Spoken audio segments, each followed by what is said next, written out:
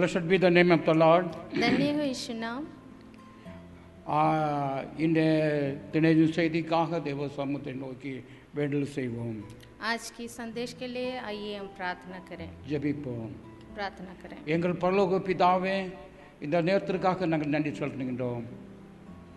प्यारे प्रभु, इस सुंदर समय के लिए धन्यवाद देते हैं। உம்முடைய பிரசன்னத்திற்காகவும் உம்முடைய வார்த்தைக்காகவும் நாங்கள் வேண்டி நிற்கின்றோம். आपकी उपस्थिति के लिए, आपकी वचन के लिए हम आपके पास आते हैं। இந்த நாளுக்குரிய உம்முடைய வார்த்தையை அனுப்பியறலும். आज के दिन प्रभु आपके संदेश जो है हमारे बीच பேசுகிற அடிமையும் தம்முடைய வார்த்தைக்குள்ளாக்குகிறாக. बोलने वाले हमको आपके अधीन में रखना। கேட்கிற யாவருக்கும் தேவனுடைய நாமத்தினாலே தம்முடைய வார்த்தையை கேட்கும்படிக்கு ஆவியானவர் உதவி செய்வீராக. सुनने वाले भी प्रभु आपकी आत्मा से अनुग्रह से सुनने के लिए सहायता करना।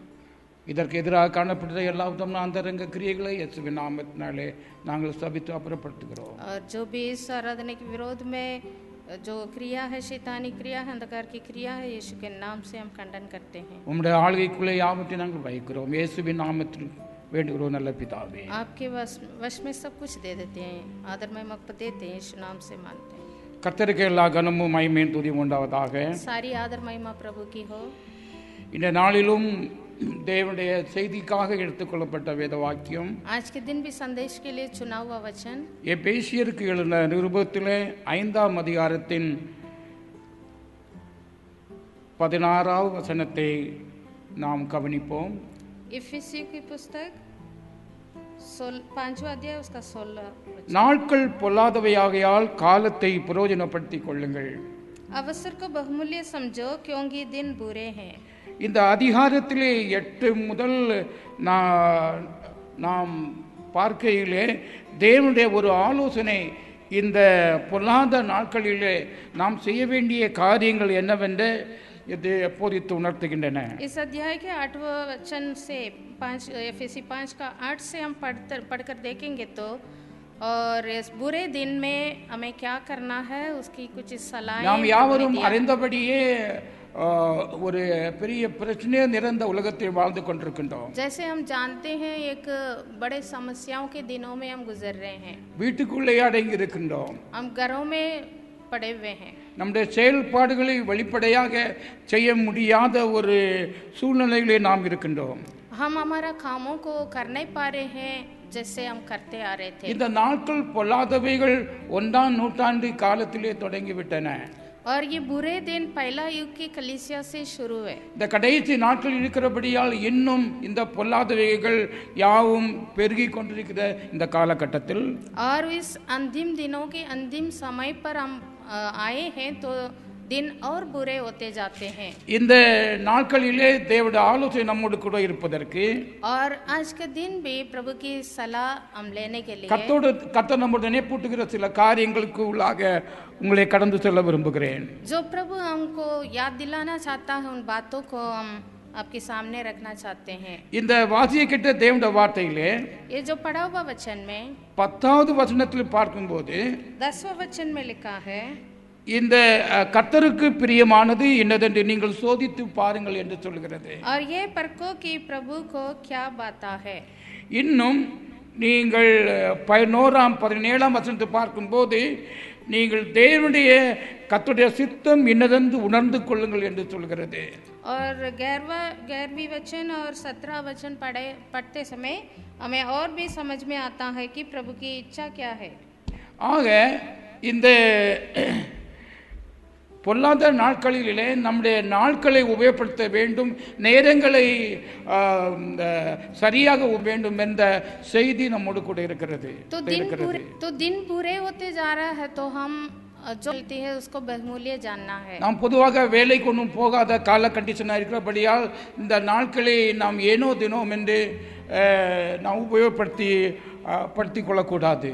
तो ड्यूटी नहीं करना है कि जाना नहीं है बोल के कैसे भी हमारा समय को खर्च नहीं करना। தேவனுடைய கிருபையினாலே கர்த்தர் நம்மை பாதுகாத்திருக்கிறார். प्रभु अपनी दया से अनुग्रह से हमें संभाल रहा है। தம்முடைய இரத்தத்தினாலே பாதுகாப்பு கொடுத்திருக்கிறார். अपने लहू के बाड़ा में हमें रख के सुरक्षा दे रहा है। நாம் அவரை விசுவாசத்தினாலே அவருடைய எல்கைக்குள் நாம் இருக்கிறோம். हम विश्वास करते हैं प्रभु को, इसलिए हम उनके वश में है। நாம் அதற்காக நன்றி செலுத்த வேண்டும். उसके लिए हम प्रभु को धन्यवाद कहें। ஆயினும் இந்த பொல்லாத நாட்களிலே நம்முடைய நேரத்தை எவ்வளவாக நாம் செலவழிக்கிறோம் என்பதை பொறுத்து தான் இருக்கிறது நம்முடைய வாழ்க்கையில் உள்ள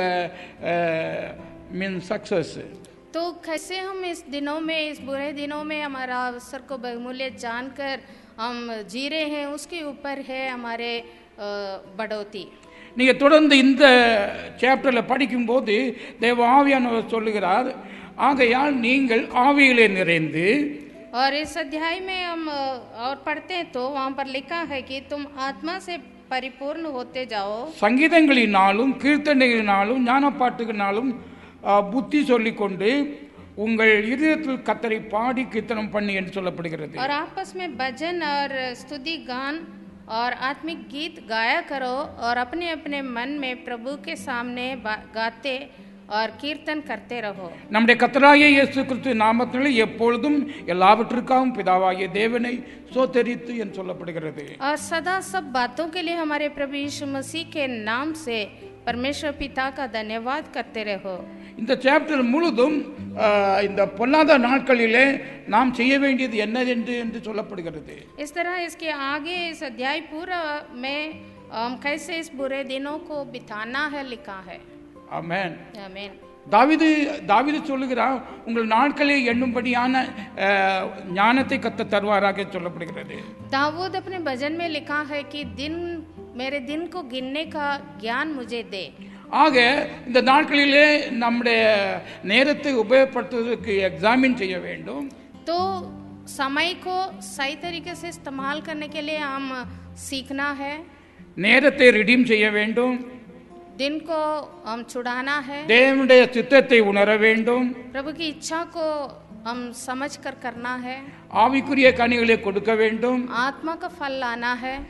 இந்த காரியத்தை தொடர்ந்து பசுத்த பவுல் அப்போஸ்தலன் இந்த கடைசி நாட்களிலே, இந்த உபத்திர நாட்களிலே செய்ய வேண்டிய காரியத்தை குறிப்பிடுகிறார். इन बातों को इस बुरे दिन में क्या क्या करना है प्रेरित पौलुस इस अध्याय में लिखा है। முதலாவதாக सबसे पहले நமக்கு கிடைக்கிற இந்த நாட்களிலே जो समय हमें मिलती है, நாம் वर्स 18 பார்த்தது போல, जैसे 18 वचन में पढ़े थे, நமக்கு கிடைக்கிற நேரத்தை ஆவியிலே நாம் புதிதாக்குதலுக்கு நேரத்தை செலவிட வேண்டும். हम आत्मा से परिपूर्ण होने के लिए हमारा समय को खर्च करना है। ஆவியிலே எப்படி புதிதாக்கப்படுகிறது? आत्मा में कैसे नए होते हैं? இங்க சொல்லுகிறார், ஆவிக்குரிய பாடல்களை பாடி, आत्मिक गीत गाकर, தனக்குள்ளே பாடி, अपने मन में, और நீங்கள் தொடர்ந்து போகும்போது making the melody in your heart to the Lord சொல்லப்படுகிறது. अपने अपने मन में प्रभु के सामने गाते कीर्तन करते रहो। ஆமென். आमीन। ஸோ இந்த பாடல்கள் யாவரும் ஆவிக்குரிய பாடல்கள், நம்முடைய ஆவியை ஒரு புதுப்பிக்கிற ஒரு தன்மை உடையது. तो ये सारे गीतें और भजन हमारे आत्मा को नया बना देता है। சுமார் 10 வருடங்களுக்கு முன்னதாக ஒரு தேவனுடைய தாசு நம்முடைய வீட்டில் கடந்து வந்திருந்தார். तकरीबन 10 साल पहले एक पासवान हमारे घर में आए थे। அவர் டெல்லியிலே சில வேலை இருந்த 2 நாள் இங்கு தங்கினார். तो दिल्ली में वो कुछ काम के लिए आया, तो 2 दिन हमारे घर रुका। அவர் காலையில் எழுந்து கடமைகளை முடித்துவிட்டு கிட்டாரை எடுத்து பெரிய நல்ல பாடல்களை பாடிக்கொண்டிருந்தார். वो भोर उठकर अपना काम पूरा कर फ्रेश होकर गिटार लेके गाना बजाते रहता था। நாம் அப்போது டீ குடிப்பதற்காக கொண்டு வந்த போது, और उनको चाय पिलाने के लिए जब हम चाय लेके पहुंचे थे, நாம் பேசிக் கொண்டிருக்கிறீர்கள், நீங்கள் காலையிலே பாடத் தொடங்கி விட்டீர்களான்னு கேட்டேன். उनसे पूछा था सुबह सुबह आप गाना गाने में लग गया? அப்போது அவர் இந்த சொன்ன பதில், और उसके लिए उन्होंने उत्तर दिया, I am renewing my spirit. मेरे आत्मा को मैं उत्साहित करता हूँ। Amen. आमीन। This is very true. ये सच है। பாடலோடு மட்டுமல்லாமல் तो केवल गीतों से नहीं, ஜெபத்தோடு செய்ய வேண்டும் என்று வேதம் சொல்லுகிறது. प्रार्थना समेत करना है। ஆமென். आमीन। நம்முடைய ஜெபம் நம்முடைய வாழ்க்கையை புதுப்பாக்க ஆக்கும். और हमारा प्रार्थना भी हमारे आत्मा को नया बना देता है। நம்முடைய ஜெபம் ஆவியோடு இருக்கும்போது, जब हम आत्मा से प्रार्थना करते हैं, ஆவியாகிய தேவனோடு நாம் கர்த்தரோடு உறவு கொள்ளக்கூடியதா இருக்கிறது. हम आत्मा परमेश्वर से संपर्क करते हैं। இந்த ஜெபம் நீதியை புறப்பட செய்யக்கூடியதாக இருக்கிறது. और ये प्रार्थना धार्मिकता को लाता है। நாம் முன்பு படித்தது போல, जैसे पहले हमने सुना था, 2 பேர் ஜெபிக்க சென்றார்கள். 2 जन प्रार्थना करने के लिए गए थे। और ஒருவருடைய ஜெபம் கர்த்தரால் அங்கீகரிக்கப்பட்டு நீதிமானாக கடந்து சென்றான். उसमें से एक का प्रार्थना सुनी गई और वो धर्मी ठहराया गया। ஆகையால் ஜெபம் ஏதோ ஒரு நேரப்போக்கு அல்ல, நம்முடைய வாழ்க்கையிலே நீதியாக்கப்படுகிற நேரம். तो प्रार्थना हमारे जीवन में समय बिताने का बात नहीं है, पर धार्मिकता की बातें हैं। லூக்கா 21:46 பார்க்கும்போது, 36 பார்க்கும்போது, लूका 21 का 36 में लिखा है, ஆகையால் இனி சம்பவிக்க போகிற இவளுக்கெல்லாம் நீங்கள் தப்பி மனுஷகுமாரனுக்கு முன்பாக நிற்க பாத்தவான்களாக எண்ணப்படுவதற்கு எப்பொழுது ஜெபம் பண்ணி விழித்திருங்கள் என்று சொல்கிறார். इसलिए जागते रहो और हर समय प्रार्थना करते रहो कि तुम इन सब आने वाले घटनाओं में से बचने और मनुष्य के पुत्र के सामने खड़े होने की योग्य बनो। ஆக கர்த்தர் சொல்லுகிறார், இயேசு கிறிஸ்து உபதேசிக்க சொல்லுகிறார், நீங்கள் வருகிற இந்த கேட்டான நேரங்களுக்கு தப்பித்துக் கொள்ளும்படிக்கு, तो बुरे दिन में बच जाने के लिए நீங்கள் இந்த ஜெபம் இடைவிடாமல் ஜெபம் பண்ணுங்கள், तो लगातार प्रार्थना करते रहना है என்று ஆலோசனையை கர்த்தர் கொடுக்கிறார்.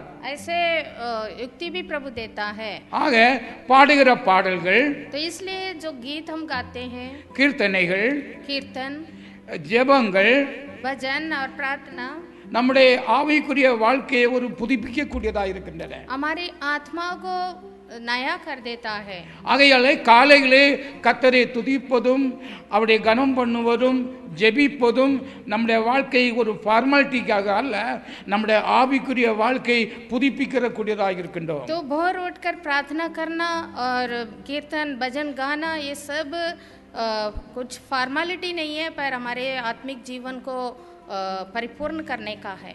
இதே கர்த்தர் சொல்லும்போது அதிகாலையிலே தேடுகிறவன் என்னை கண்டடைவான் என்று சொல்கிறார். इसलिए प्रभु ने कहा, जो भोर में मुझे ढूंढता है वो पाता है। காலைதோறும் கிருபை புதிதாக இருக்கும் என்று சொல்கிறார். और भोर में सवेरे परमेश्वर का अनुग्रह भी नया होता है। ஆக இதற்காக நேரத்தை எடுப்பது, பிளான் பண்ணுவது மிகவும் அவசியமாக இருக்கிறது. तो इसलिए इसके लिए समय लेना जरूरी है। ஆக இவ்விதமாக புதுப்பிக்கப்பட்ட பிறகு जब हम ऐसे नए हो जाते हैं, நம்முடைய ஆவிக்குரிய சுபாவங்களை தெரிவிக்கிறவர்களாகவும் இருக்க வேண்டும். हम हमारे आत्मिक स्वभाव को प्रकट भी करना है। நீங்கள் இந்த சாப்டரை தொடர்ந்து படிக்கும்போது, और इस अध्याय को जब हम आगे पढ़ते हैं, அவர் மனைவிகளை பற்றியும் புருஷனை பற்றியும் குடும்பத்தை பற்றியும் பிள்ளைகளை பற்றியும் சொல்கிறார். अगले अध्याय में पौलुस लिखा है पति पत्नी की और स्वामी और दास के, माता पिता बच्चों की, ये सारे रिश्तेदारों में रिश्ता के बारे में भी लिखा है। நான் முன்பு சொன்னது போல நம்முடைய குடும்பமே ஃபர்ஸ்ட் சர்ச்। तो कलीसिया ही पहला परिवार ही पहला कलीसिया है।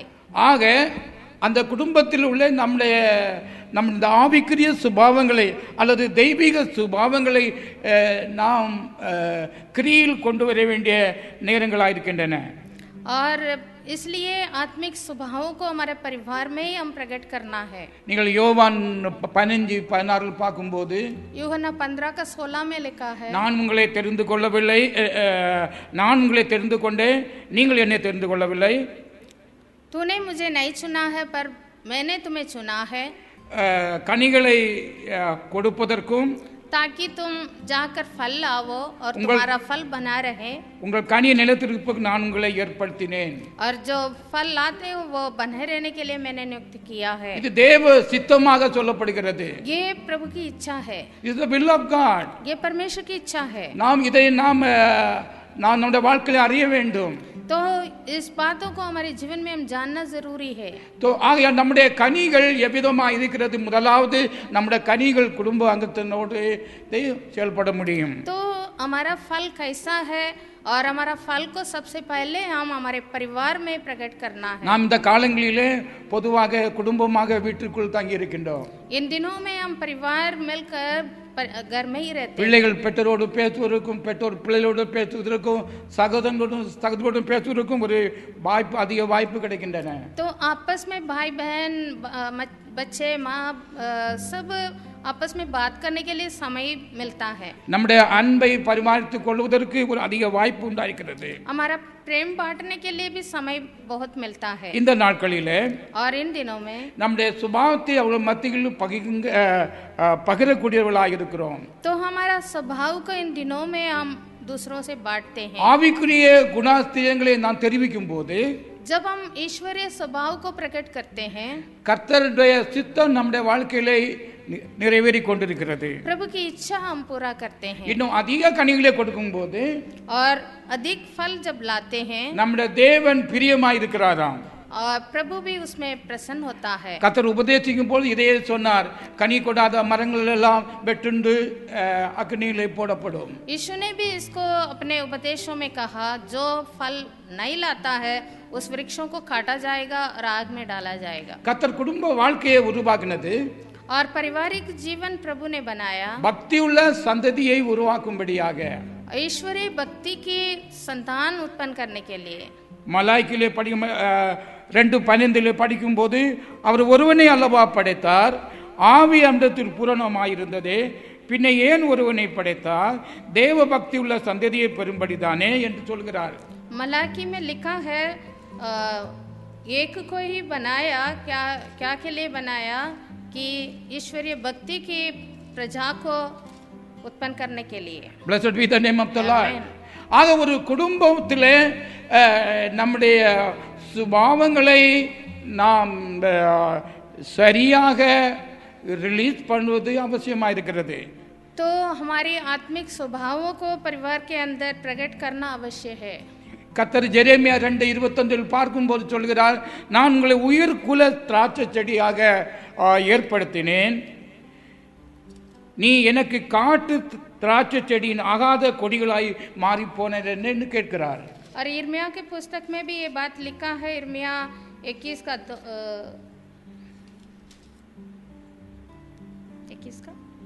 21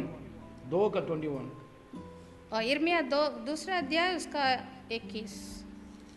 அப்போ கர்த்தருடைய எதிர்பார்ப்பு நம்முடைய கைகளிலே ஒரு முற்றும் நற்கனியும் உயர்குல திராட்சை செடியாக கர்த்தர் நம்மை புதிய சிருஷ்டியாக உருவாக்கி இருக்கிறார். यहाँ पर लिखा है, मैंने तो तुझे उत्तम जाति दाखलता और उत्तम बीज करके लगाया था, फिर तू क्यों मेरे लिए जंगली दाखलता बन गई. உயர்குல திராட்சை செடி என்று சொல்லும்போது குட் குவாலிட்டி, उत्तम जाति की दाखलता. ஆமென்.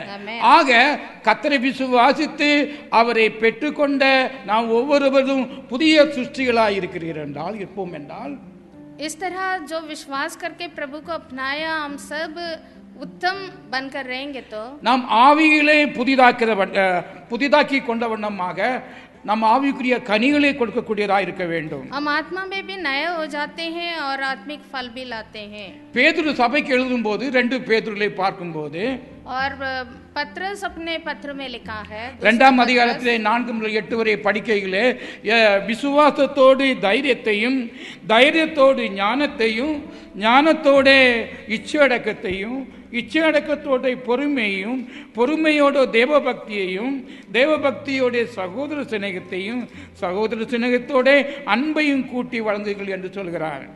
यहाँ पर पहला अध्याय में लिखा है, इसी कारण तुम सब प्रकार की यत्न करके अपने विश्वास पर सद्गुण और सद्गुण पर समझ और समझ पर संयम और संयम पर धीरज और धीरज पर भक्ति और भक्ति पर भाईचारे की प्रीति और भाईचारे की प्रीति पर प्रेम बढ़ाते जाओ.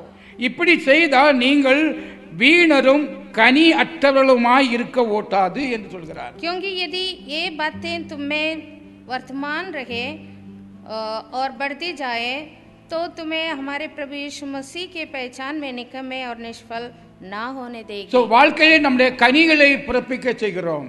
तो हमारे जीवन में हम आत्मिक फल उत्पन्न करना அது है கர்த்தருக்கு பிரியமான காரியம். और ये प्रभु की इच्छा है। तो ஆகையால் இந்த நாட்களில முதலாவது நம்முடைய ஆவியை புதுப்பித்துக் கொண்டு நம்முடைய தெய்வீக சுபாவத்தை நாம் மற்றொருமத்தில் பகிரக்கூடியவர்களாக இருக்கிறோம். तो हमारी आत्माओं को हम नया बनाना है, नए सिरे से बनाना है और दूसरों को हमारा ईश्वरीय स्वभाव को प्रकट करना है। இந்த கடைசி காலத்தில் விசேஷமாக நாம் ரெண்டு சுபாவத்தை தேட வேண்டுமாம்.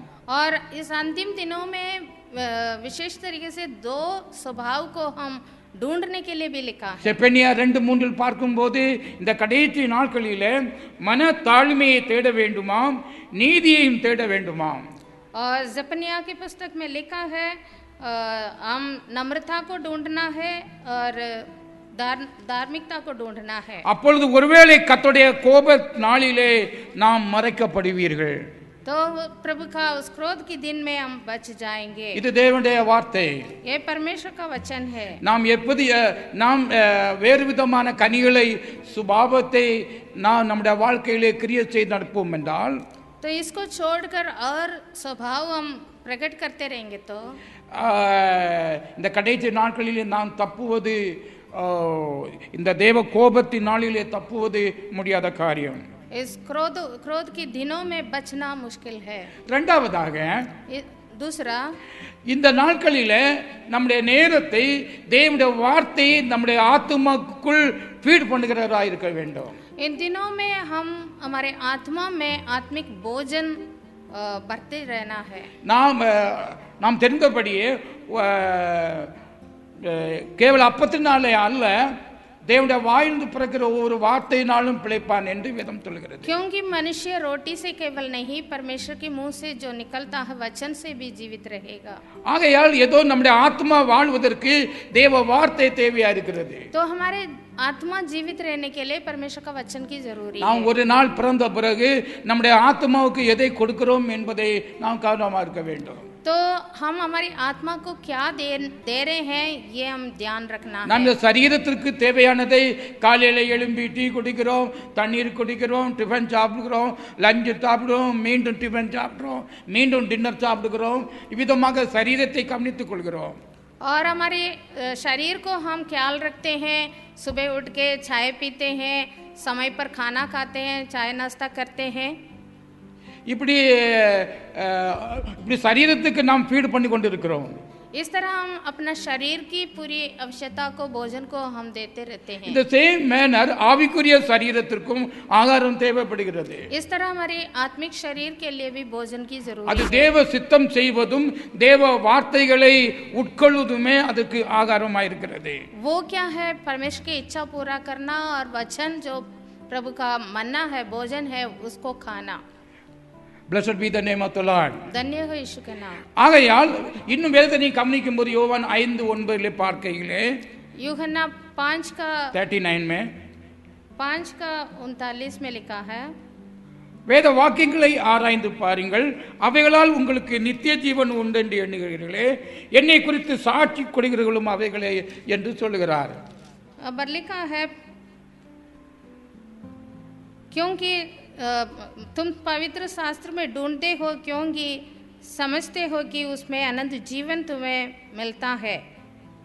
ஆகையால் தேவ வார்த்தைகள் இவ்வுலக வாழ்க்கைக்கு மட்டுமல்ல, நம்முடைய ஆவிக்குரிய வாழ்வுக்கும் நித்திய வாழ்விற்கும் உடையதாக இருக்கின்றன. तो प्रभु का वचन केवल इस संसार में हमारी आत्मा के लिए नहीं, वो अनंत जीवन के लिए ஆக நம்முடைய ஆத்மா வாழ்வதற்கு, तो हमारी आत्मा जीवित रहने के இந்த लिए, ஆத்மா சுகித்திருப்பதற்கு, ये आत्मा उन्नति करने के लिए இதுக்கு போஜனம் தேவையா இருக்கிறது. आत्मा को भोजन जरूरी है இதை ஒவ்வொரு நாளும் நமக்கு ஃபீட் பண்ண வேண்டியதா இருக்கிறது. और हर प्रतिदिन हम आत्मा को भोजन देना है। அது ஒரு நாள் சாப்பிட்டு விட்டேன் சொல்லி விட்டுட்டு நாம் கண்டினியூஸா இருக்க முடியாது. एक दिन खा लिया, आगे कभी नहीं खाना, ऐसे रह नहीं सकते। ஆவிக்குரிய சரீரத்துக்கும் போஜனம் தேவையா இருக்கிறது.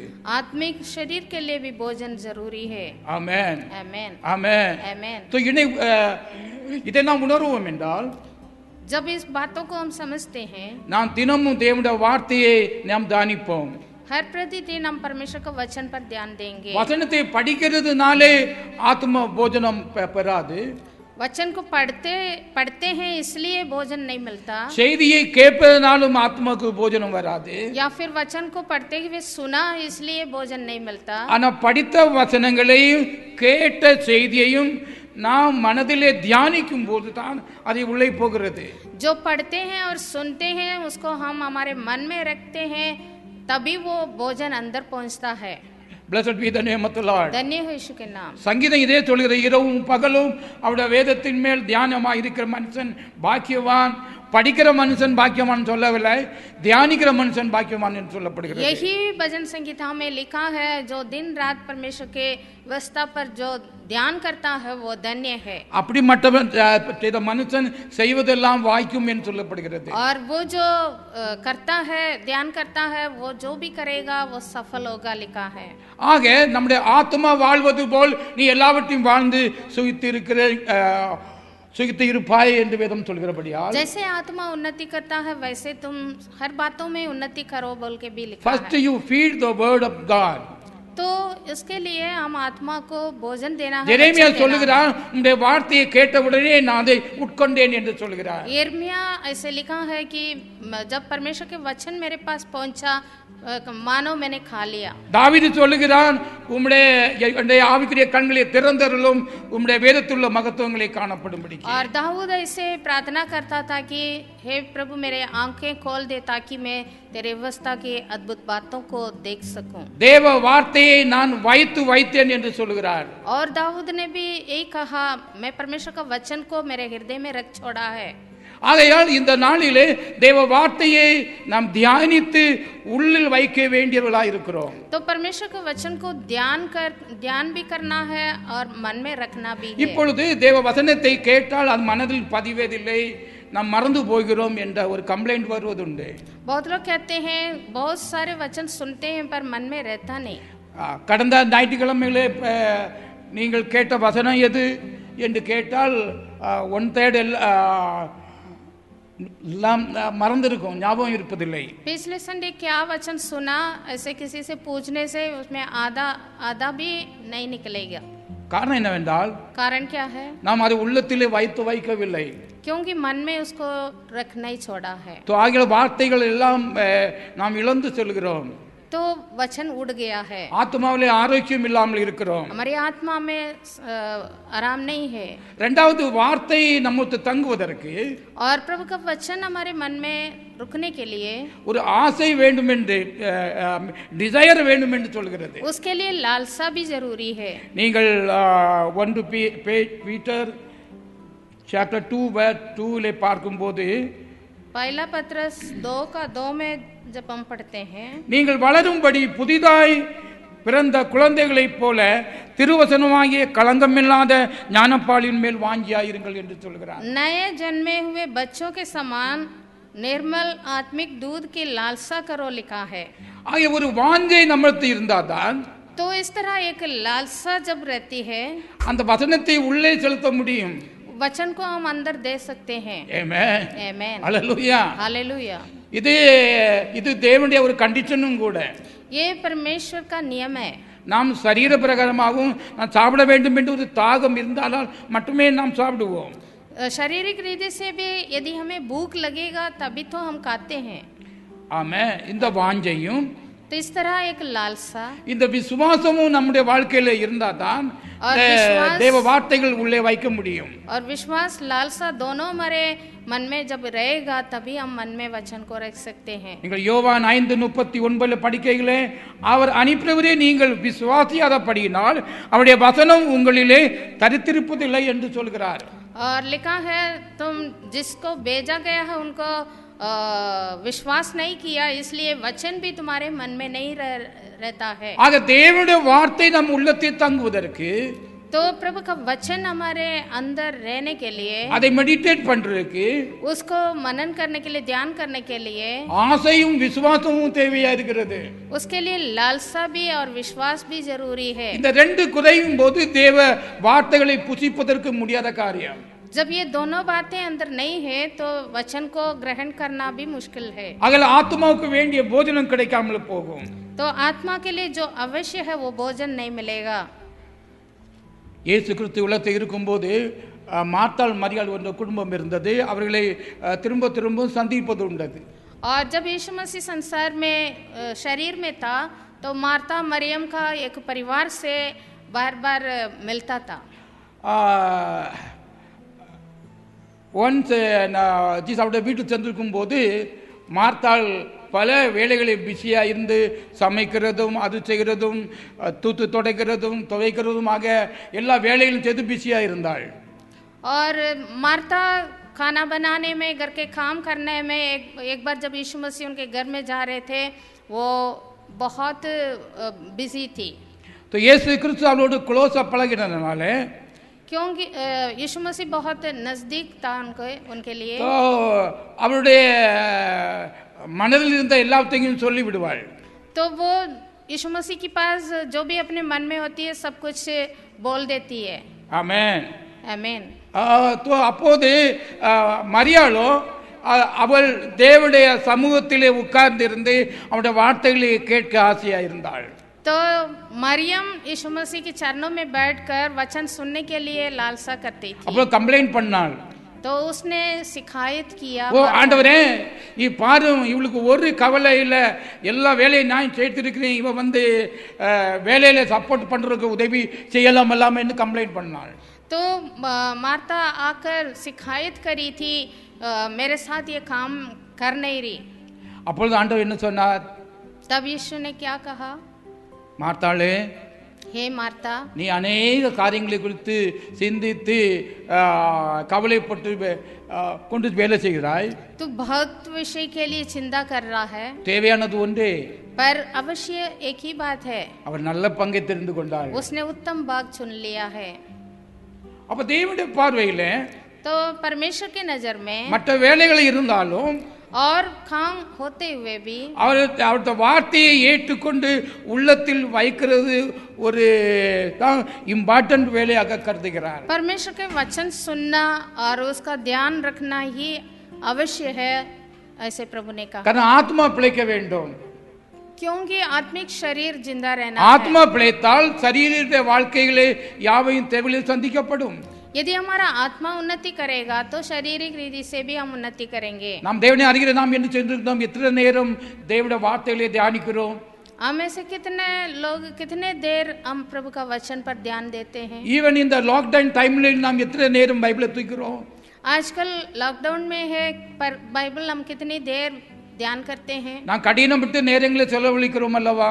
हम समय को ऐसे ही बिताते हैं. இந்த ஆத்மாவுக்கு போஜனத்தை கொடுப்பதற்கு நமக்கு சிந்தை இருக்கிறதா? क्या हमारी आत्मा को भोजन देने की चिंता हमारे पास है? வசனத்தை தியானிக்கிறவன் பாக்கியவான். जो वचन का ध्यान करता है वो धन्य है. அவனுடைய ஆத்மா பிழைத்திருக்கும். उसकी आत्मा जिंदा रहेगा. அவனுடைய வாழ்க்கையிலே தேவனுடைய பிரசன்னமும் தேவனுடைய ஆவியும் தேவனுடைய நீதியும் அவனுக்கு தங்கி இருக்கும். और उसके पास परमेश्वर के आशीष और परमेश्वर की धार्मिकता बना रहेगा. இதுவே என்றென்று நிலைநிற்க கூடியதா இருக்கிறது. यही हमेशा स्थिर रहता है. அவன் இயேசு கிறிஸ்து சொல்லும்போது சொல்லுகிறான், நான் கொடுக்கிற இந்த தண்ணீர் திரும்ப உங்களுக்கு என்ன செய்யாது? தாகத்தை கொடுக்காது. और जीवन के जल के बारे में यीशु ने कहा, जो जल मैं पिलाता हूँ वो पिएगा तो फिर से प्यास नहीं लगेगा. தேவனுடைய வார்த்தை ஆவியாகவும் ஜீவனுமாய் இருக்கிறது. परमेश्वर की वचन आत्मा और जीवन है. ஆமென். आमीन. மூன்றாவதாக, और तीसरा, நமக்கு கிடைக்கிற நேரங்களை जो समय हमें मिलती है, நாம் ஒரு ப்ரொஃபஷனலாக இருக்கலாம், அல்லது ஒரு டேலண்ட்டை உபயோகப்படுத்தக்கூடியவர்களாக இருக்கலாம், அல்லது நம்மளை ஸ்கில்லை உபயோகப்படுத்தக்கூடியவர்களாக இருக்கலாம். हम कहीं ना कहीं हमारा बुद्धि को इस्तेमाल करने वाले होंगे, कोई ड्यूटी करने वाले होंगे. நாம் தேவனுடைய வேலையை செய்யக்கூடியவர்களாக இருக்கலாம். हम परमेश्वर का काम करने वाले होंगे. So according to the calling நாம் பல வேலைகளை செய்கிறோம். हम जैसे हमें सौंपा गया है वैसे हम कुछ ना कुछ काम करते हैं அந்த வேலை யாவும் தேவ பயத்தோடு செய்ய வேண்டும் என்று வேதம் சொல்கிறது. और जो भी हम करते हैं वो ईश्वरीय भक्ति से भय से करना है. ஏன் தேவ பயத்தோடு செய்ய வேண்டும்? क्यों ईश्वरीय भय से करना है? பவுல் சொல்கிறார், நீங்கள் எதை செய்தாலும் கர்த்தருக்கென்று செய்கிறீர்கள். क्योंकि वचन में लिखा है जो कुछ हम करेंगे वो प्रभु के लिए करेंगे. ஆகையால் கர்த்தருக்கென்று செய்கிற இந்த வேலையை तो प्रभु के लिए जो हम करते हैं நான் கவனத்தோடும் हम ध्यान से தேவ பயபக்தியோடும் ईश्वरीय भक्ति से அதை நிறைவேறும்படியாக நாம் நம்முடைய கிரியைகள் நடப்பதற்கு ஒரு பிளானிங் அவசியமாக இருக்கிறது. ऐसे करने के लिए हमें प्लानिंग करना जरूरी है. இந்த வெக்கேஷன் லாக்டவுன் நாட்களிலே நம்முடைய வேலைகளை நாம் பிளான் செய்யலாம். और इन दिनों में हम अपने अपने कामों को प्लान कर सकते हैं, योजना बना सकते हैं. எப்படி இதை சரியாக டைமில் பெர்ஃபார்மன்ஸ் பண்ணுவது, कैसे हमारे कामों को समय पर परफॉर्म कर सकते எப்படி ரிசல்ட் சரியாக கொடுப்பது, कैसे हम प्रतिफल ला सकते हैं. காரணம் இயேசு கிறிஸ்து சொல்லும்போது ஓமையின் மூலமா சொல்லும்போது மத்தேயு 25 நினைக்கிறேன், அவர் சிலருக்கு 2 தாலந்தையும் சிலருக்கு 4 தாலந்தையும் சிலருக்கு 5 தாலந்தையும் சிலருக்கு 1 தாலந்தையும் கொடுத்து சென்றார். इसको प्रभु यीशु मसीह ने एक दृष्टांत के द्वारा बताया. मत्ती 25वां अध्याय में लिखा है कि एक स्वामी था, वो अपने सेवकों को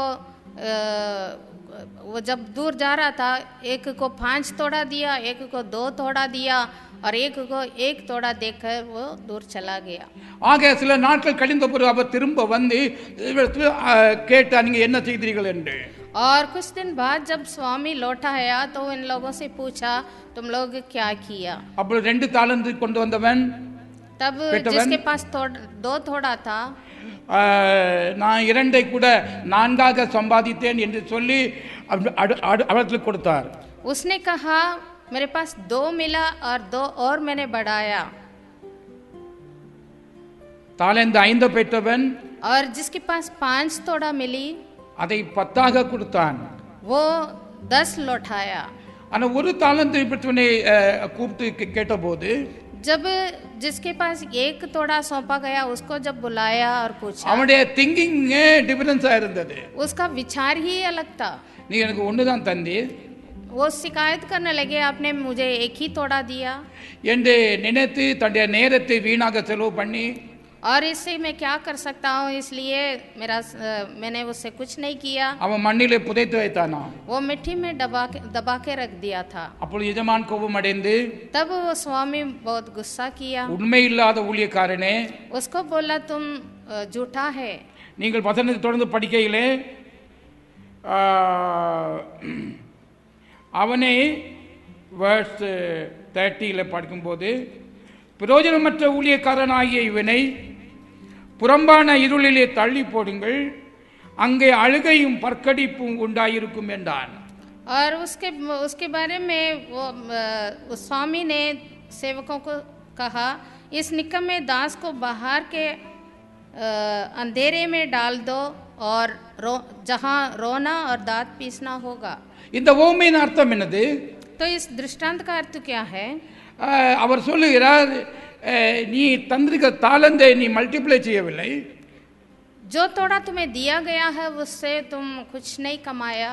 You wasted my money and talent. और तूने मेरा पैसे को, मेरे थोड़े को इस्तेमाल ही नहीं किया. உன் டைமை வேஸ்ட் பண்ணிட்டார். समय भी व्यर्थ कर दिया. Because you were wrong thinking. क्योंकि तेरा विचार ही गलत है. நீங்கள் இந்த ரிவார்டை பார்க்கும்போது 2 தாலந்து பெற்றவனுக்கும் 5 தாலந்து பெற்றவனுக்கும் ஒரே ஒரு ரிவார்டை கொடுத்துக்கிறார். और जिनको इनाम दिया गया था उसको देखेंगे तो 2 थोड़े जिसको दिया गया और 5 थोड़े जिसको दिया गया, दोनों को बराबर इनाम मिला. ஆக எத்தனை தாலந்து கொடுக்கிறோம் என்றால, तो कितना मिला या दिया गया वो बात नहीं है, எவ்விதம் உபயோகப்படுத்துகிறோம் என்பதுதான் முக்கியமா இருக்கிறது. पर उसको कैसे इस्तेमाल किया वही बात बड़ी है. அவன் கர்த்தர் நம்முடைய கத்து தந்து நம்முடைய தாளந்துகளையும் ஸ்கில்களையும் காரியங்களையும் கர்த்தர் ஒரு அக்கவுண்டை எதிர்பார்க்கிறார். तो हमारा भी प्रभु एक हिसाब देखना चाहता है। ஆக இந்த வேலைகளை செய்வதற்கு நாம் முன்னதாக ஒரு ப்ரீ பிளானிங் செய்ய வேண்டியது அவசியமாக இருக்கிறது. इसलिए पहले से हमें योजना बनाना जरूरी है। அது தேவனுடைய தாசர்களாக இருந்தாலும் சரி, चाहे वो परमेश्वर के दास हो, ஒரு மீட்டிங் போகும்போது ஜெபத்தோடு தேவ சமூகத்தை காத்திருந்து அவருடைய வார்த்தைகளை பெற்றுக்கொண்டு தேவ பயபக்தியோடு அதை குறித்து கொண்டு தேவ சமூகத்திலே கர்த்தர் சொல்லுகிற வார்த்தையை மட்டும் குறித்த சமயத்துக்கு சொல்ல வேண்டியவர்களாக இருக்கிறார்கள். पवित्र दास लोग भी परमेश्वर के सामने जोगते रहना और परमेश्वर से वचन पाकर क्या भोजन कलीसिया को देना है उसको लेकर कलीसिया को बोझ से भक्ति से देना जरूरी है। நான் சிலரை பார்த்துருக்கிறேன், சும்மா பைபிளை கொண்டு நின்றுட்டுருவாங்க, ஏதாவது ஒன்று தொடங்கி பேசிடுவாங்க. कोई पहले से तैयार नहीं होते, सीधे जाके खड़े हो जाएंगे, जो भी मन में आएगा वही बोलेंगे। அவிதமாக அல்ல, ऐसे नहीं। இவ்விதமாகவே நம்முடைய ஒவ்வொரு வேலையிலும் ஒரு பிளானிங் தேவையா இருக்கிறது. तो इस तरह हर एक काम में हमें पहले योजना जरूरी है। நம்ம சிருஷ்டித்த ஆண்டவரும் மிகவும் பிளான் பண்ணி தான் உருவாக்கினார். हमें बनाया, परमेश्वर भी योजना से बनाया। அவர் மனுஷனை படைத்த பிறகு இவனுக்கு என்ன தேவை வேண்டும் என்று ஒவ்வொன்றா உண்டாக்கவில்லை. मनुष्य को बनाने के बाद मनुष्य को क्या आवश्यक है सोच सोच के नहीं बनाया। மனுஷனை உருவாக்கும் முன்னதாகவே, पर मनुष्य को बनाने से पहले அவருடைய பூமியை சரிப்படுத்தினார், पृथ्वी को सही किया, விருட்சங்களை உண்டாக்கினார், उसमें वृक्षों को बनाया, வெளிச்சத்தை உண்டாக்கினார், रोशनी बनाया, பல மரங்களை உருவாக்கினார், फल लाने वाले वृक्षों को बनाया, நதிகளை உருவாக்கினார், नदियों को बनाया, எல்லாம் தேவையான எல்லாவற்றையும் செய்து விட்டு தான் கடைசியாக மனுஷனை हर படைத்தார். पशुओं को बनाया। इस तरह जो भी मनुष्य के लिए जरूरी है सारे वस्तुओं को बनाने के बाद मनुष्य को बनाया। ஆக தேவனுடைய பிள்ளைகள் तो इसलिए परमेश्वर की संतान தன்னுடைய வேலைகளை செய்வதற்கு பிளான் படியாக செய்ய வேண்டும். और वो भी एक एक बातों को काम को पूरा करने के लिए योजना बनाना जरूरी है। தேவனுடைய பிள்ளைகள் செய்வார்கள். जो परमेश्वर की संतान है वो करेंगे। ஏதோ எந்த வேலையும் குறிப்பிட்ட வேலைகளை செய்யாதபடிக்கு மேலும் கீழும் செய்து கொண்டிருக்க மாட்டார்கள். और कुछ भी काम अपने मनमर्जी से कभी भी अपने इच्छा से नहीं करेंगे। வேலையில மிகவும் கவனமா இருப்பார்கள். वो अपने अपने काम में बहुत ध्यान रखेंगे, காலத்தை சரியாக உபயோகப்படுத்துவார்கள்.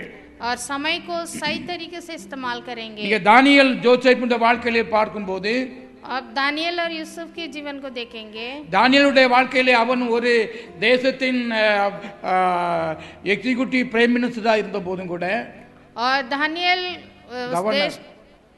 देश के ऊपर एक गवर्नर के लेवल पे था।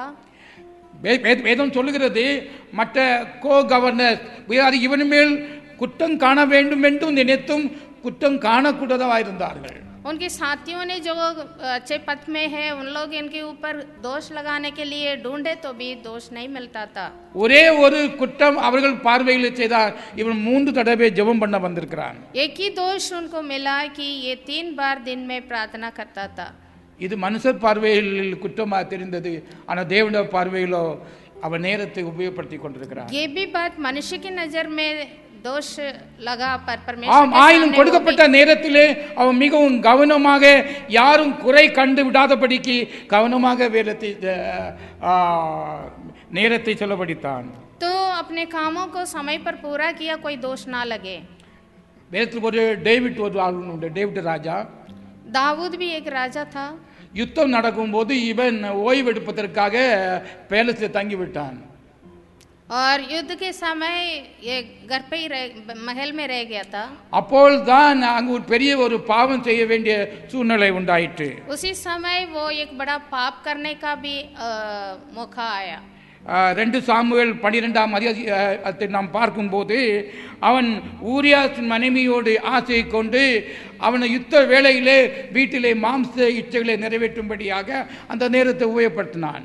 वो उस युद्ध हो रहा है मैदान में, पर दाऊद गलत काम करने के लिए उस समय को दुरुपयोग किया।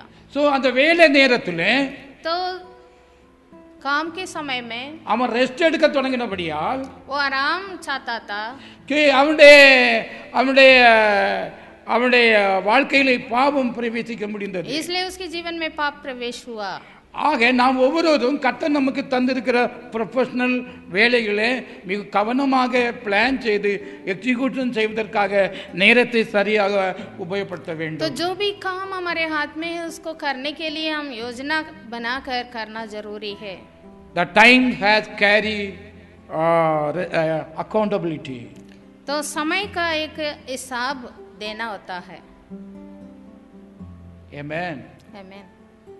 சங்கீதக்காரன் சொல்கிறது போல, ஆண்டவரே இந்த நாட்களை எண்ணக்கூடிய அறிவை எங்களுக்கு தந்தரலும் என்று சொல்கிறான். दाऊद ऐसे प्रार्थना किया कि प्रभु मुझे दिन गिनने का ज्ञान दे. நிறைய நாட்களை வேஸ்டா செய்யாதபடிக்கு, तो हमारे समय को व्यर्थ में खर्चा ना करें. குறிப்பாக நமக்கு கிடைக்கிற நேரத்தை சரியாக உபயோகப்படுத்துவோம். जो समय मिलता है उसको हम सही तरीके से इस्तेमाल करें. வீணாக செலவுப்பட வேண்டாம். व्यर्थ में खर्चा ना करें. Every time has purpose. हर एक समय बहुमूल्य है. ஜப்பானீஸ் சொல்லுவாங்க, டைம் இஸ் மணி. जापानीज लोग कहते हैं समय पैसा है. They measure the time in very fraction of second. और एक एक फ्रैक्शन ऑफ सेकंड को भी वो नापते हैं. Therefore they will getting more prosperity in the works. इसलिए अपने कामों में वो सफलता पाते हैं. கடைசியாக और अंत में நான்காவது கர்த்தர் நமக்கு தந்திருக்கிற நாட்களை जो समय प्रभु ने हमें दिया है கர்த்தரை அறிவதற்கும் அவருடைய கிருபையிலே வளருவதற்கும் உபயோகப்படுத்த வேண்டும். प्रभु को पहचानने के लिए और अनुग्रह में बढ़ने के लिए इस्तेमाल करना है. 2 பேதுரு 1:4 பார்க்கையிலே, दूसरा पत्रस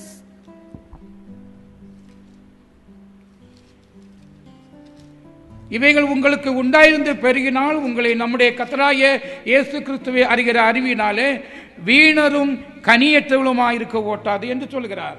दूसरा पत्रस 1:8 में लिखा है, क्योंकि यदि ये बातें तुम्हें वर्तमान रहे तो बढ़ते जाएं तो तुम्हें हमारे प्रभु यीशु मसीह की पहचान में निकम्मे और निष्फल ना होने देगी. இன்னும் 2 பீட்டர் 3:18 பார்க்கும்போது, நம்முடைய கர்த்தராகிய இயேசு கிறிஸ்துவின் கிருபையிலும் அவருடைய அறிகிற அறிவிலும் வளருங்கள், அவருக்கு இப்பொழுதும் என்றென்றைக்கும் மகிமை உண்டாவதாக. 3:18 में लिखा है, पर हमारे प्रभु और उद्धारकर्ता यीशु मसीह के अनुग्रह और पहचान में बढ़ते जाओ, उसी की महिमा अब भी हो और युगानुयुग होते रहे. நாம் பல நேரங்களில் பலவற்றை தெரிந்து கொள்வதற்காக நிறைய நேரங்களை செலவிடுகிறோம். हम बहुत बातों को जानने के लिए समय खर्च करते हैं. வாட்ஸ்அப் தூரமாக, ஃபேஸ்புக் வழியாக, நியூஸ் பேப்பர் தூரமாக, மற்ற செய்திகள் மூலமாக நாம் நம்முடைய நாலேஜை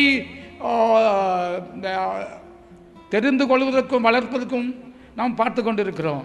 फेसबुक के द्वारा, व्हाट्सएप के द्वारा, टीवी के द्वारा, बहुत माध्यम के द्वारा हम हमारे जानकारी को बढ़ाने के लिए टाइम लेते हैं. That all the information. वो सारा हमें पहचान के लिए मिलता है. ஆனால் இன்ஃபர்மேஷனை மட்டும் வைத்துக்கொண்டு நாம் ஒன்றும் பண்ண முடியாது. वो सिर्फ जानकारी लेके कुछ नहीं कर सकते. அது நமக்கு வளர்ச்சியை உண்டு பண்ணுவதில்லை. वो हमें कोई बढ़ोतरी नहीं देता. சில நன்மைகளும் உண்டு, இல்லாமல் இல்லை உலக வாழ்க்கைக்கு. उसमें से कुछ अच्छे भला चीजें भी मिलती है. அது இவ்வளவு வாழ்க்கைக்கு மட்டும். वो हमारे सांसारिक शारीरिक जीवन के लिए. ஆனால் வேதம் சொல்கிறது, पर वचन कहता है, நீங்கள் கிறிஸ்துவின் கிருபையிலும் அவருடைய அறிகிற அறிவிலும் வளருங்கள். तुम प्रभु की पहचान में और उनके अनुग्रह में बढ़ते जाओ. நாம் அவரை அறிகிற அறிவினாலே நீதிமான்கள் நம்முடைய வாழ்க்கையிலே நீதி பெருகி கொண்டிருக்கின்றன. और हम प्रभु के पहचान में जब बढ़ते हैं धार्मिकता बढ़ती है.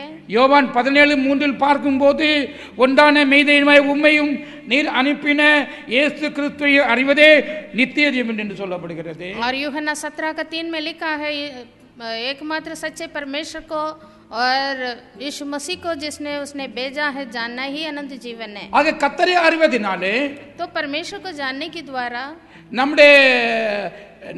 நம்முடைய வாழ்க்கை மாறிக்கொண்டிருக்கிறது.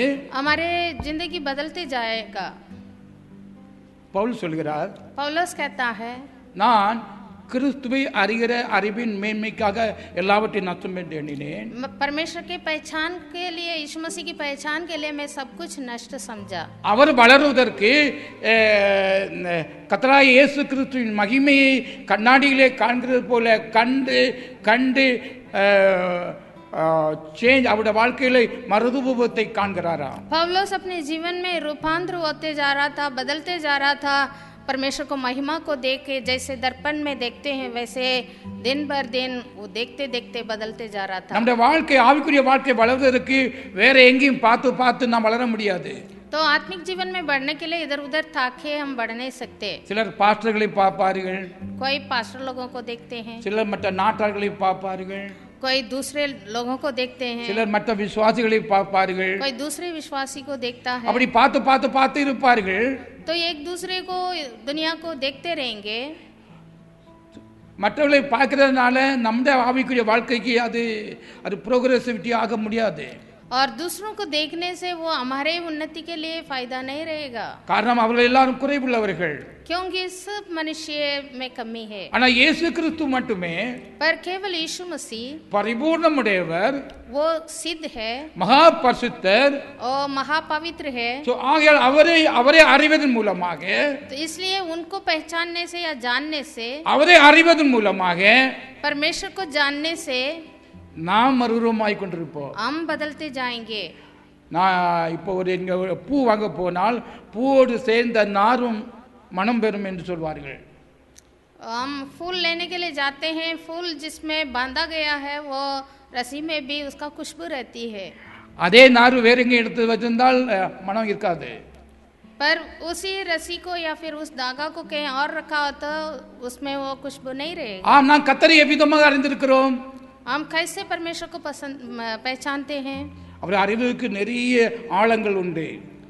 और परमेश्वर को पहचानने के लिए बहुत गहरे गहरे தேவனுடைய அன்பின் ஆழம் உயரம் யாவும் பெரியதா இருக்கிறது என்று பரிசுத்த பவுல் சொல்கிறார். और परमेश्वर का प्रेम को देखेंगे तो वो भी हम उसका नाप नहीं सकते, उसकी गहराई. அவர் மகா பரிசுத்தர். और परमेश्वर महापवित्र है. பட்சபாதம் இல்லாதவர், उनके पास पक्षपात नहीं है. கிருபை உடையவர், वो अनुग्रहकारी परमेश्वर है. ஆனா அக்கினி ஜுவாலையாகவும் இருக்கிறாராம். वो भस्म करने वाले आग भी है. ஆக அவரை நாம் அறிய அறிய तो परमेश्वर को हम जितना जानते हैं நம்முடைய வாழ்க்கையிலே நாம் முன்னேறி செல்வோம். उतना हम बढ़ते जाएंगे. நாம் இதற்காக நேரம் தனியாக செலவிடப்பட வேண்டும். तो इसके लिए हम अलग से समय निकालना है. நாம் பைபிள் ஸ்டடிக்காக நேரத்தை நமக்கு எடுக்க முடியல, விருப்பம் இல்லை. हम बाइबल स्टडी के लिए समय निकालने के लिए चाहते भी नहीं. They don't want to know more about Jesus. जितना जानते हैं उसे अधिक जानना कोई चाहते नहीं. Use your time समय को हम इस्तेमाल करना है to know more about Jesus Christ. प्रभु के बारे में अधिक जानकारी के लिए. நாம் விசுவாசிக்கிறோம், உண்மைதான். हम विश्वास तो करते हैं. விசுவாசத்தின் மூலமாக நம்முடைய பாவம் மன்னிக்கப்பட்டு நாம் ஒரு விசுவாசி ஆகிறோம், உண்மைதான். पाप की क्षमा हम पाए हैं, प्रभु को विश्वास करके विश्वासी बन गए हैं. நான் இயேசு கிறிஸ்துவை அறிந்திருக்கிறேன், அவர் எங்களை பாவத்தை மன்னிக்கிறவர் என்று அறிந்தால் மட்டும் போதாது. प्रभु को हम जानते हैं, वो पाप की क्षमा करता है, इतना काफी नहीं. நான் இயேசு கிறிஸ்து நல்லவர் என்பதை மட்டும் அறிந்தால் போதாது. நாம் ஆகையால் இயேசு கிறிஸ்துவை விசுவாசிக்கிறேன், அவரை ஏற்றுக்கொண்டிருக்கிறேன். यीशु मसीह अच्छा है, उसको जाना है, इसलिए विश्वास किया है. ஆனால் விசுவாசித்து அவரை பெற்றுக்கொண்டவர்களே தேவனுடைய பிள்ளைகளாக இருக்கிறார்கள். ऐसे जानना काफी नहीं है, पर विश्वास करके जितनों ने ग्रहण किया है वही परमेश्वर के संतान, அவர்களே புதிய சிருஷ்டிகளாக இருக்கிறார்கள். क्योंकि वही नई सृष्टि है. ஆகையால் நாம் ஏற்றுக்கொள்வதும் விசுவாசித்து ஏற்றுக்கொள்வதும் விசுவாசித்து பெற்றுக்கொள்வதும் ரெண்டு நிலைகளே. विश्वास करना और विश्वास करके प्राप्त करना ये अलग अलग बात है. மூன்றாவதாக விசுவாசித்து அவரை ஏற்றுக்கொண்டு அவரை பெற்றுக்கொண்டு அவருக்கு பயப்படும் போதுதான் அவரை அறிய முடியுமா? तो विश्वास करके ग्रहण करके और प्राप्त करने से ही हम प्रभु को अच्छी तरह पहचान सकते இதை हैं. நீதிமொழிகள் 2:5 சொல்கிறது. नीति वचन 2:5 में लिखा है, கர்த்தருக்கு பயப்படுற பயம் இருக்கும்போது தான் நாம் அவரை அறிய முடியும் என்று. जब ईश्वरीय भय हमारे पास होता है तब हम परमेश्वर का समझ ले सकते हैं. ஆமென். பயப்படாதபடிக்கு நாம் அவரை அறியவும் முடியாது. बिना भय से हम परमेश्वर को जान भी नहीं सकते. பயப்படுவதல்ல என்றால் அவருடைய தீமை விட்டு நன்மை செய்வது, அவருடைய வார்த்தையின்படி நடப்பதே கர்த்தருக்கு பயப்படுற பயம். बुराई से दूर होना ही ईश्वरीय भय है. ஆமென். आमेन. ஆமென். आमेन. तो ஆக அவரை அறிய வேண்டும் என்றால் तो परमेश्वर को हम जानना, நாம் விசுவாசித்து ஏற்றுக்கொண்டால் மட்டும் போதாது. विश्वास करके ग्रहण करने से काफी नहीं. நாம் விசுவாசித்து கர்த்தருடைய ஆவியை பெற்றுக்கொண்டதும் போதாது. विश्वास करके परमेश्वर की आत्मा प्राप्त किया वो भी काफी नहीं है. விசுவாசித்து நாம் அவருக்கு பயப்படவும் வேண்டும். विश्वास करके परमेश्वर की भय भी नहीं मानना है. அப்பொழுதுதான் கர்த்தரை நாம் ஸ்லோலி அறிய முடியும். तभी हम परमेश्वर की पहचान में बढ़ते जाएंगे. கர்த்தர் தன்னை சிலருக்கு வெளிப்படுத்துகிறார். और परमेश्वर स्वयं किसी किसी को अपने बारे में प्रकट करता है. அது யாருக்கு என்றால் वो किसके लिए? விசுவாசித்து ஏற்றுக்கொண்டு, जो विश्वास कर कर ग्रहण कर कर பெற்றுக்கொண்டு, प्राप्त कर कर அவரை கர்த்தருக்கு பயப்படால் அறிந்து கொண்டு, और परमेश्वर की भय मानते हुए उनको जानकर, அவருக்கு அன்பு கூறுவர்களுக்கு जो प्रेम करता है அவர் தன்னை வெளிப்படுத்துகிறார் என்று யோவான் 14:21 சொல்கிறது. वो अपने आप को उनको प्रकट करता है. यूहन्ना 14 अध्याय में लिखा है. Blessed be the name of the Lord. धन्य है यीशु के नाम.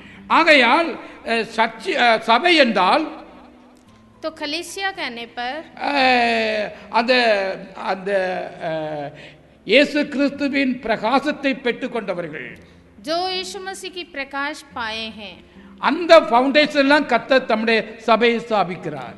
और उस प्रकाश के ऊपर प्रभु अपना कलीसिया को स्थापित करेगा. இதை மேத்யூ 16வது சாப்டர்ல நாம் பார்க்கிறோம். यही मत्ती 16 अध्याय में हम देखते हैं. அவர் அங்கே கர்த்தர் ஒரு சபையை கட்டுகிறார்.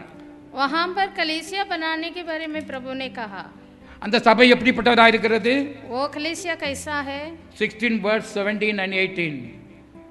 16 का 17 और 18. இயேசு அவனை நோக்கி, யோனாவின் குமாரனாகிய சீமோனே, நீ பாக்கியவான், மாம்சமும் இரத்தமும் இதை உனக்கு வெளிப்படுத்தவில்லை, பரலோகத்தில் இருக்கிற உன் பிதா இதை உனக்கு வெளிப்படுத்தினார். மேலும் நான் உனக்கு சொல்கிறேன், நீ பேதுருவாய் இருக்கிறாய், இந்த கல்லின் மேல் என் சபையை கட்டுவேன், பாதாளத்தின் வாசல்கள் அதை மேற்கொள்வதில்லை. यीशु ने उसको उत्तर दिया, हे शिमोन योना के पुत्र, तू धन्य है, क्योंकि मांस और लहू ने नहीं परंतु मेरे पिता ने जो स्वर्ग में है ये बात तुझ पर प्रकट की है. இந்த பிதா வெளிப்படுத்தின அந்த பிரகாசத்திலே என் சபையை கட்டுவேன் என்று சொல்கிறார். और ये जो प्रकट हुआ है इस बात के ऊपर, इस पत्थर पर मैं अपनी कलीसिया बनाऊंगा, ऐसे प्रभु ने कहा. இது யார் உண்டாக்குறது? இந்த சபையை கட்டுகிறது போதகர் அல்ல, வேறு ஒரு எவாஞ்சலிஸ்ட் அல்ல, வேறு ஒருவரும் இல்லை. கர்த்தர் சொல்கிறார், நான் என் சபையை கட்டுவேன். तो कलीसिया बनाने वाला कोई इवांजलिस्ट नहीं है, कोई पास्टर नहीं है, पर प्रभु अपना कलीसिया बनाता है. அந்த சபை, और उस कलीसिया को, அந்த மனுஷனை और उस मनुष्य को பாதாளத்தின் வாசல்கள் மேற்கொள்வதில்லை. अधोलोक की फाटक उस पर प्रबल नहीं होगा. எதை நீ கட்டுகிறாயோ அது கட்டப்பட்டிருக்கும். जो बनाते हैं वो बने रहेगा. நீ எதை கட்டவிழ்க்கிறாயோ அது பரலோகத்திலும் கட்டவிழ்க்கப்பட்டிருக்கும். जो खोलते हैं वो स्वर्ग में भी खुला रहेगा. இந்த அதிகாரத்தை அந்த சபைக்கு கொடுக்கிறார். और ये अधिकार उस कलीसिया को दिया गया. இது யாருக்கு? ये किसको? இயேசு கிறிஸ்துவின் வெளிப்பாட்டை பெற்றவர்களுக்கு. जो यीशु मसीह का प्रकाश प्रकट पाए हैं. ஆமென். आमेन. ஆகையால் கர்த்தராகிய இயேசு கிறிஸ்துவை நாம் ஏற்றுக்கொண்டால் மட்டும் போதாது, तो यीशु मसीह को प्राप्त करने से काफी नहीं, அவர் பரிசுத்த ஆவியானவராக நாம் பெற்றுக்கொண்டால் மட்டும் போதாது, पवित्र आत्मा को प्राप्त करने से काफी नहीं, அவருக்கு பயப்பட்டு அவரை அறிந்தால் மட்டும் போதாது, और परमेश्वर के भय मानकर उनको समझने से काफी नहीं, அவருக்கு அன்பு செலுத்தி उन पर प्रेम रखकर நாம் அவர் நமக்கு வெளிப்படுத்துவாரா, जब वो अपने आप को हमें प्रकट करेगा, that is revelation.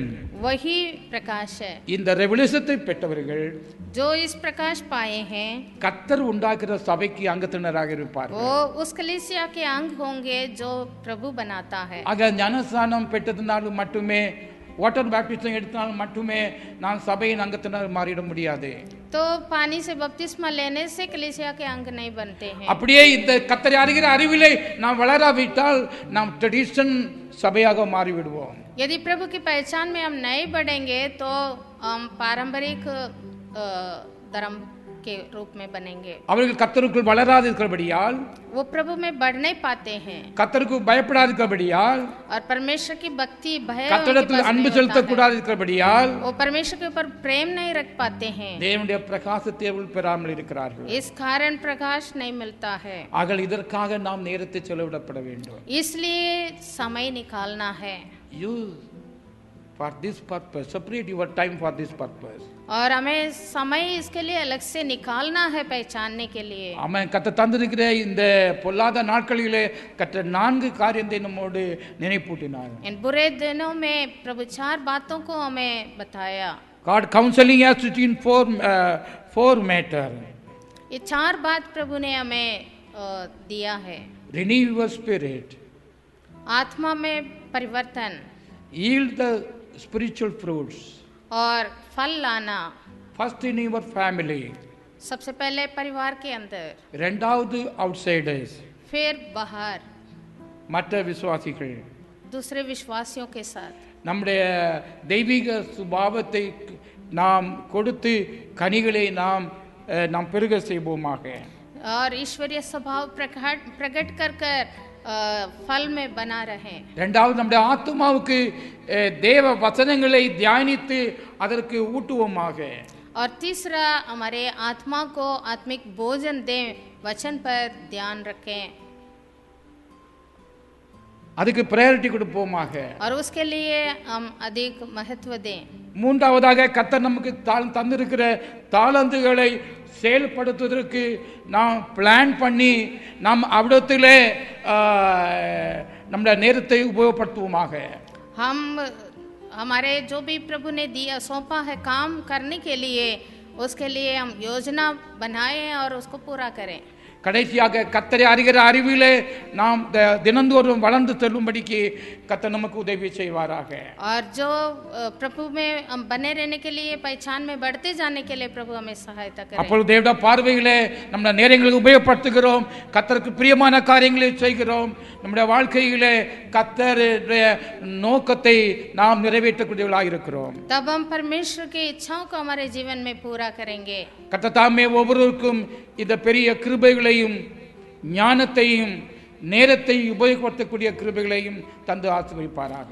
प्रभु आप सबको समय को उपयोग करने का इच्छा और उसकी योजना आपको देकर प्रभु संभालें। May God bless you all.